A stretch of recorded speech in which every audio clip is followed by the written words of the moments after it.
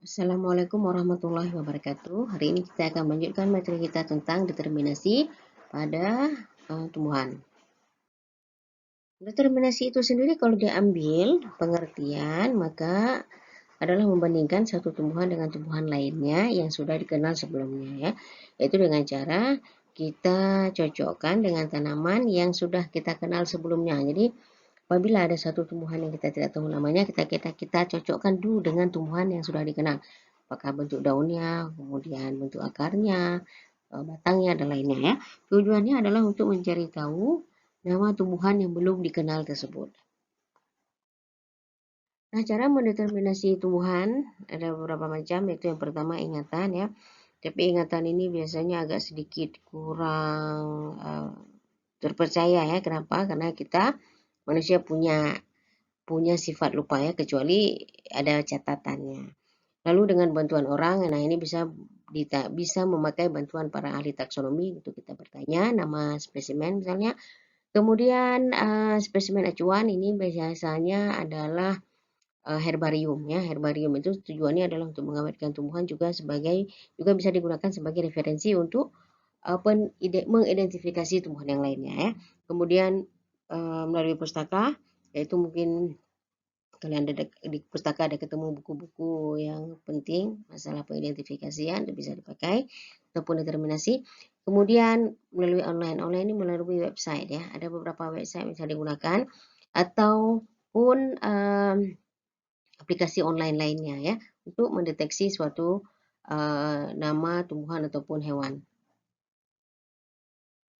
Ada beberapa macam kegiatan identifikasi ya, yaitu apabila tumbuhan itu belum dikenal, maka yang bisa melakukan hanya ahli taksonomi ataupun ahli botani yang sudah paham betul ya bagaimana cara menuliskan ataupun cara mendapatkan nama daripada tanaman itu ya dengan menggunakan persyaratan yang ada pada KITT, yaitu di mana namanya harus nama ilmiah, kemudian harus sudah sah dan harus dipublikasi dalam bahasa Inggris dan bahasa Latin, lalu berhubungan dengan takson tertentu ya.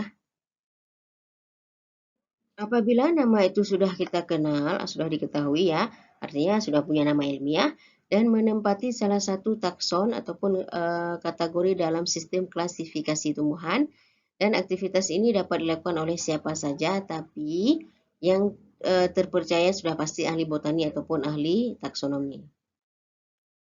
Nah, ini adalah bagian akhir cara kerja kita mengidentifikasi suatu tumbuhan ya. Di mana tumbuhan segar yang dijadikan sebagai sampel lalu kita buat herbariumnya.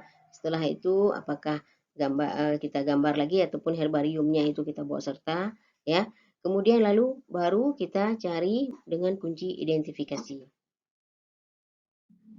Beberapa teknik identifikasi ya. Yang pertama bertanya kepada para ahli seperti yang sudah saya jelaskan sebelumnya bahwa ini adalah cara yang paling cepat ya, yang paling cepat dan yang paling gampang sekali. Tinggal bertanya. Nah, itu kita bisa tanya kepada para ahlinya, yaitu ahli botani ataupun ahli taksonomi. Atau juga bisa bertanya kepada orang yang tinggal di daerah kita mengambil tumbuhan yang ingin diidentifikasi. Namun demikian untuk bertanya kepada orang setempat itu kita harus pastikan apakah betul orang yang ditanyakan orang tinggal di situ ataupun hanya orang lewat ya, ataupun apakah betul beliau memang sudah betul-betul mengenal tanaman itu sendiri ya. Nah, kemudian cara kedua adalah mencocokkan dengan spesies yang ada di herbarium ya. Jadi tumbuhan yang akan kita identifikasi itu harus lengkap dia organ-organ tubuhnya. Jadi dari akar kalau ada, dari akar, kemudian batang, daun, sampai dengan organ generatifnya juga ya. Lalu kita cocokkan dengan herbarium yang sudah diketahui namanya. Nah, pada herbarium tersebut haruslah tertulis beberapa informasi penting. Yang pertama nama daerah asalnya, lalu nama ilmiahnya, kemudian genusnya, familianya, tempat tumbuh, lokasi, dan ciri-ciri morfologi ya.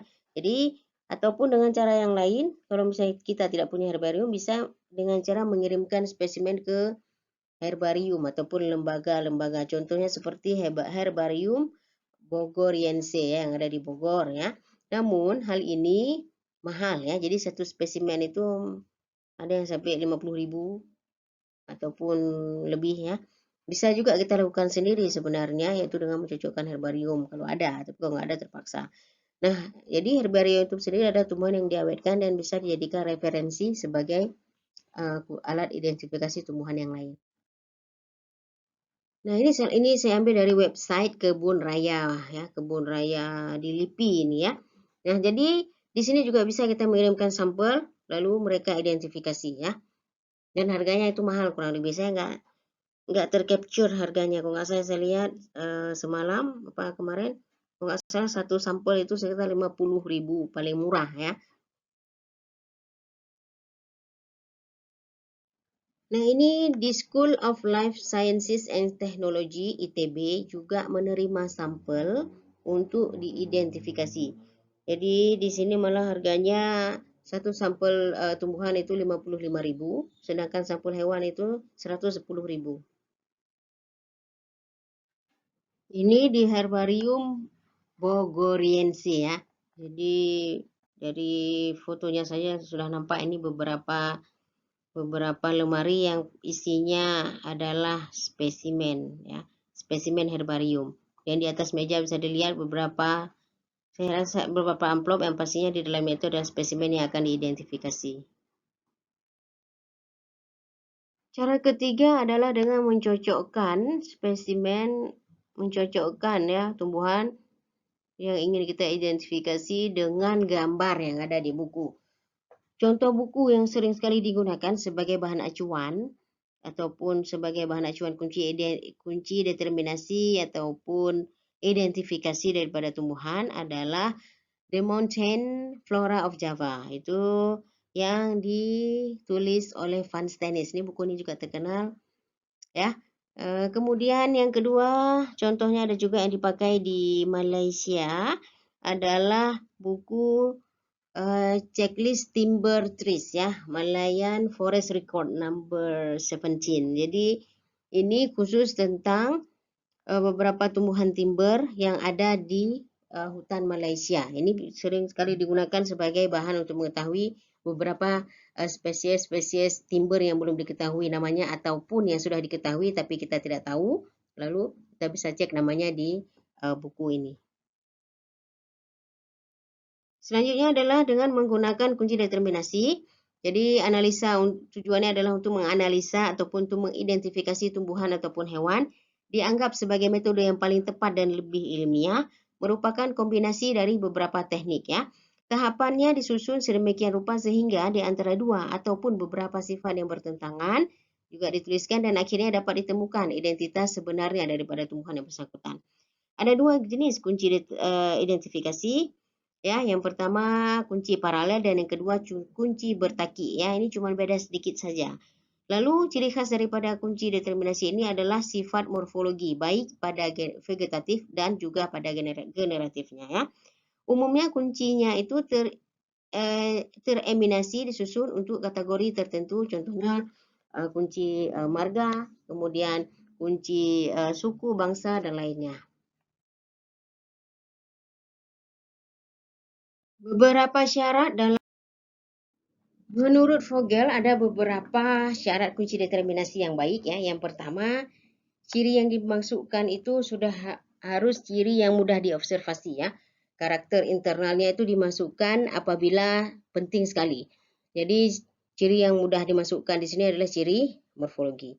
Lalu menggunakan karakter positif dan mencakup seluruh variasi dalam grupnya ya. Contohnya seperti leaf opposite, kemudian yang kedua jadi yang pertama itu menjelaskan bahwa letak tumbuhan, letak daun pada batangnya itu berlawanan. Kemudian dijelaskan juga letaknya itu berlawanan apakah spiral atau yang lainnya.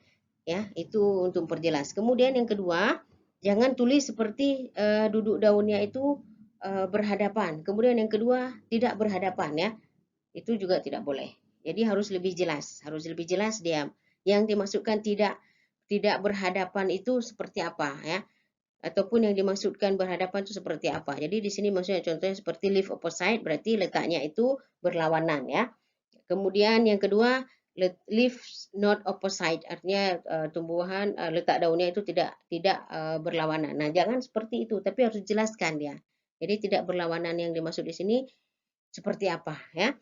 Kemudian deskripsi karakter harus digunakan dengan istilah umum yang lebih mudah dipahami oleh orang lain. Lalu menggunakan kalimat yang sesingkat mungkin, tidak bertele-tele, dan tidak menimbulkan asumsi yang bermacam-macam. Lalu mencantumkan nomor kopletnya. Yang terakhir adalah dimulai dengan ciri umum ke khusus ataupun ciri dari bawah ke atas. Ada beberapa saran yang dapat dipertimbangkan dalam menggunakan kunci determinasi ya. Yang pertama, kumpulkan informasi sebanyak mungkin tentang ciri tumbuhan yang akan dideterminasi ya, yang lengkap baik dari vegetatif maupun generatifnya. Lalu pilih kunci yang sesuai dengan materi tumbuhan dan daerah geografi di mana tumbuhan tersebut diperoleh. Baca pengantar kunci tersebut dan semua singkatan ataupun hal-hal lain yang lebih rinci. Lalu perhatikan pilihan yang ada secara hati-hati. Hendaknya semua istilah yang ada itu dipahami artinya ya, gunakan glossary ataupun kamus. Bila spesimen tersebut tidak cocok dengan semua kunci dan semua pilihan layaknya yang tidak kena, mungkin ada kesalahan. Coba ulangi ke belakang. Berarti mungkin kita salah baca kunci ya. Jadi kalau misalnya tidak cocok, misalnya kunci identifikasi dari intinya kalau misalnya kita bagus dalam membaca dapatnya misalnya buah durian. Tapi ternyata yang kita dapatkan buah salak, kan jauh berbeda. Berarti ada kunci yang salah kita baca, itu tolong diulangi lagi. Apabila kedua pilihannya mungkin, maka coba diikuti keduanya yang mana yang lebih pas. Lalu konfirmasi pilihan tersebut dengan cara membaca kembali deskripsinya. Kemudian spesimen yang berhasil dideterminasi sebaiknya diverifikasi dengan ilustrasi ataupun spesimen herbarium yang ada. Kunci determinasi ada 3 jenis ya, yaitu yang pertama kunci perbandingan, yang kedua kunci analisis, dan yang ketiga adalah kunci sinopsis. Ini contoh kunci determinasi paralel ya. Jadi contohnya misalnya dapat tumbuhan A misalnya ya. Kita lihat sambil melihat tanamannya, sambil melihat kunci determinasi ya.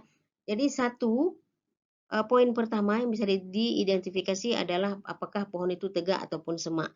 Apabila pohon itu tegak ataupun semak, maka kita lihat petunjuk di ujungnya ada nomor 2. Berarti kita menuju ke nomor 2 ya.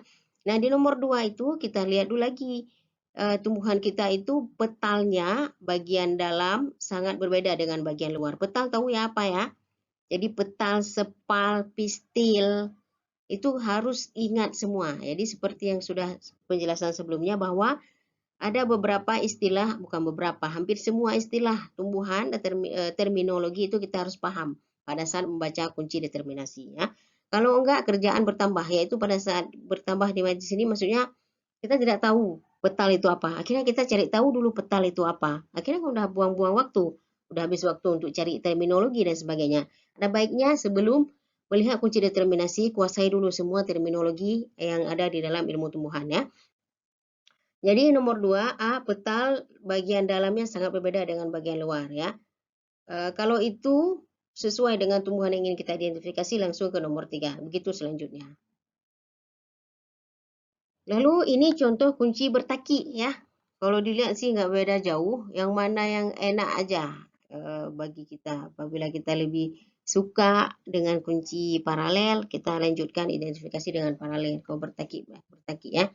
Di sini contohnya yang pertama adalah ciri daun ya. Jadi 1A daunnya lebar. Apabila daunnya lebar, langsung ke nomor 2. Nomor 2 lihat lagi itu daunnya itu majemuk atau tidak. Kalau majemuk langsung ke nomor 4. Nomor 4 ada pilihan lagi dan sebagainya. Begitu selanjutnya sampai kita menemukan nama yang tepat bagi tumbuhan yang akan kita identifikasi. Baik, untuk hari ini materi determinasi kita padai dulu ya. Apabila ada pertanyaan yang perlu didiskusikan, saya persilahkan minggu depan. Selanjutnya akan kita lanjutkan tentang herbarium. Saya akhiri. Assalamualaikum warahmatullahi wabarakatuh.